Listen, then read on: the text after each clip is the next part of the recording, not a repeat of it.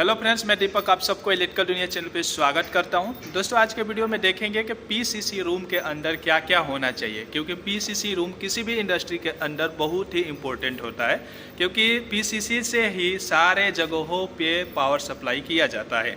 एक इंडस्ट्री में PCC room होता ही है और वहीं पे पीसीसी रूम रहेगा, एमसीसी रूम रहेगा, सारा चीज़ें रहता है। पीसीसी से हमें क्या होता है, पावर कंट्रोलिंग सेंटर होता है, जहाँ से पावर को हम लोग कंट्रोल कर सकते हैं। तो उसको सेफ रखना बहुत ही ज़रूरी है, उसको सुरक्षित रखना बहुत ज़रूरी है, क्योंकि अगर उसके अंदर कुछ होता है तो सारा सिस्टम आपका रुक जाएगा।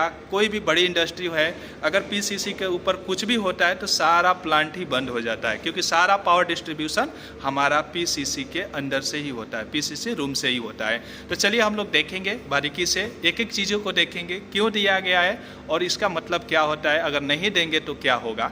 तो वीडियो को लास्ट तक बने रहिएगा और कोई भी डाउट होगा तो कमेंट बॉक्स में जरूर कमेंट करिएगा। चैनल पर नए होंगे तो चैनल को सब्सक्राइब करके बेल आइकन को जरूर प्रेस कर दीजिएगा, ताकि आने वाला वीडियो का नोटिफिकेशन मिल सके आपको सबसे पहले। तो चलिए वीडियो शुरू करते हैं। तो सबसे पहले हम स्टार्ट करते हैं अपना एसटी पैनल से। ये हमारा एसटी पैनल है, फिर मैं आपको दिखाऊंगा कि इसके अंदर क्या क्या दिया गया है और कैसे दिया गया है। ठीक है, ये एसटी पैनल है। उसके बाद से इधर भी पैनल्स है, और जो पैनल्स है कोई एमएलडी भी है, पैनल्स है यहाँ पे, एचयूपीडी भी है। उसके बाद से यहाँ पे अगर हम देखेंगे इस रूम के अंदर तो ईएमडीबी है, जो इमरजेंसी लाइटिंग के लिए भी डीबी है, और यहाँ पे एमपीडीबी भी है, मेन पावर डिस्ट्रीब्यूशन बॉक्स भी है। यहाँ पे डीसी डिस्ट्रीब्यूशन बोर्ड भी है, और भी यहाँ पे बहुत सारे चीज़ है, वो भी देख लेते हैं कि क्या दिया गया है।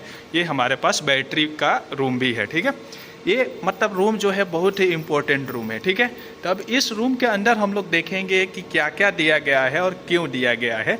तो सबसे पहले हम लोग एक चीज़ें को देखेंगे, जो सबसे मोस्ट इम्पोर्टेंट चीज़ें हैं उसको हम लोग चलिए देखते हैं। ठीक है, सबसे पहले हम लोग देखेंगे लोटो पॉइंट। देखिए यहाँ पे कुछ काम भी अभी चल रहा है, इसके लिए यहाँ पे भी आपको इसके फोल्डिंग दिख जाएगा। ठीक है, यहाँ पे देखेंगे तो ये लोटो स्टेशन है।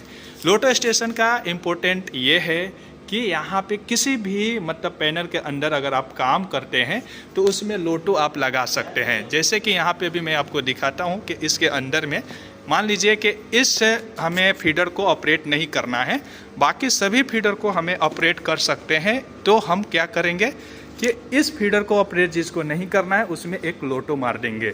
जैसे कि ये लोटो होता है और इसमें एक टैग भी आता है, वो टैग भी डालना रहता है।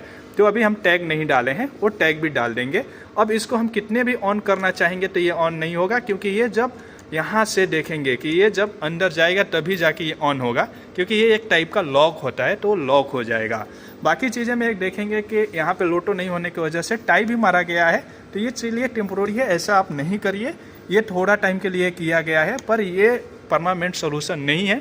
इस चीज़ों को इग्नोर करना चाहिए, आपको लोटो का ही यूज करना चाहिए। तो ये हमारा लोटो स्टेशन का यूज हो गया, और ये लोटो स्टेशन आपको सभी पैनल रूम के अंदर होना चाहिए। वो पीसीसी रूम हो या एमसीसी रूम हो या कोई भी पैनल रूम है, उसमें लोटो स्टेशन ज़रूर होना चाहिए, या कोई मशीन रूम है उसमें भी ये लोटो स्टेशन ज़रूर होना चाहिए। ठीक है, अब उसके बाद से हम दूसरे चीज़ें देख लेते हैं। यहीं के पास में, इसी के पास में अगर देखेंगे तो यहाँ पे रखा गया है फायर एक्सटिंग्विशर।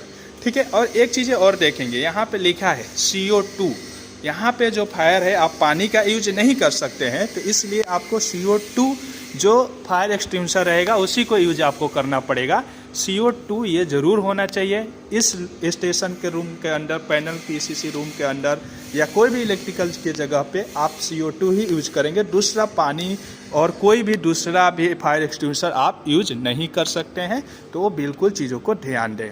और जो फायर एक्सटिंग्विशर है, हमारे पास कभी भी फायर अलग जाता है किसी भी वजह से, क्योंकि मान लीजिए पीसीसी पैनल रूम है और इसके अंदर बहुत सारे काम होते रहता है, तो फायर लगने का चांस है, पॉसिबिलिटी है। तो इसलिए हम लोग पहले से सेफ्टी के पर्पज़ से इसको हम लोग रख देते हैं। उसके बाद से हम देखेंगे तो यहाँ पे हमारे पास यूटिलिटी सॉकेट है। अब ये सॉकेट इसलिए दिया गया है कि देखिए इसके अंदर कुछ भी काम करना हो इस रूम के अंदर तो हम ऐसा नहीं करेंगे कि हम पैनल रूम में गए और पैनल में किसी भी पैनल से सप्लाई ले लिए और वहाँ से दे दिए। ये कैसा नहीं है कि हम यहाँ से गए, सप्लाई ले लिए और काम करने लगे, ऐसा बिल्कुल भी नहीं करना चाहिए, सेफ्टी के उल्लंघन होगा। तो इसके लिए हमने डाल दिया है एक यूटिलिटी सॉकेट, एक सिंगल फेस के लिए है और ये 3 फेस के लिए है। यहाँ पे आरसीसी भी लगाया गया है सेफ्टी के लिए, ताकि आरसीसी भी से हमारा बेस्ट अच्छा सेफ्टी रहता है। कोई भी लीकेज करंट होगा तो ये ट्रिप कर सकता है, इसलिए आरसीसी का भी यूज किया गया है। तो यूटिलिटी सॉकेट भी हम लोगों ने दिया है। और यहाँ पे इस रूम को हम मॉनिटर करने के लिए यहाँ पे एक लगा दिए हैं हाइड्रोमीटर टेस्ट। ठीक है, यहाँ पे हम इस मीटर के थ्रू इसका टेम्परेचर, ऑक्सीजन, सारा चीज़ें चेक करते रहेंगे कि क्या है। उसके बाद से हम यहाँ पे कैमरा भी लगा दिए हैं, कि कैमरा लगा है इसलिए कि ताकि कोई भी इन केस इसके अंदर कुछ भी एक्टिविटी होता है जो हमें देखना हो कि ऐसा क्यों हुआ, तो हम यहाँ पे देख सकते हैं। ठीक है, उसके बाद से आपको मैंने दिखाया था कि डीसी बैटरी था, वहाँ पे बैटरी था। तो बैटरी में अभी डीसी डिस्ट्रीब्यूशन बोर्ड भी होना चाहिए, तो उसके लिए ये है यहाँ पे। तो चलिए, अभी पैनल के बारे में अभी हम बात नहीं करना चाहते हैं, सिर्फ क्या क्या होना चाहिए वो देख रहे हैं। तो एक चीज़ अगर आप देखेंगे तो फायर एक्सटिंग्विशर जो लगा हुआ है सभी जगहों पे लगा है।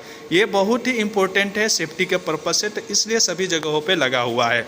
तो देखिए, उसके बाद से ये जो हमारा पैनल रूम है, जब पैनल रूम रहता है तो उसको ठंडा होना बहुत ज़रूरी है, क्योंकि ठंडा नहीं होगा तो बहुत सारे मशीनें ट्रिप होगी, फिर जलेगा, ये सब रीज़न होगा।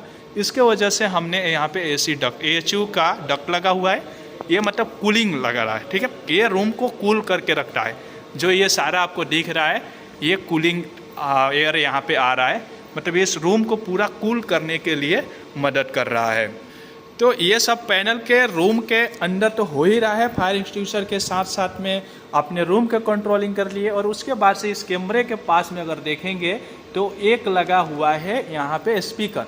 स्पीकर क्यों लगा है? क्योंकि यहाँ पे कोई भी अनाउंसमेंट करना हो तो उस समय हम अनाउंसमेंट करके कोई आदमी यहाँ पे है उसको हम मैसेज पहुँचा सके, इसके लिए हमारे पास लगा हुआ है सारा यहाँ पे स्पीकर लगा हुआ है। हम माइक से अनाउंसमेंट कर सकते हैं एक जगह कंट्रोल रूम से कि हमारे पास क्या है, क्यों है, कैसा मैटर है, क्या है, सारा चीज़ें इन्फॉर्मेशन दे सकते हैं।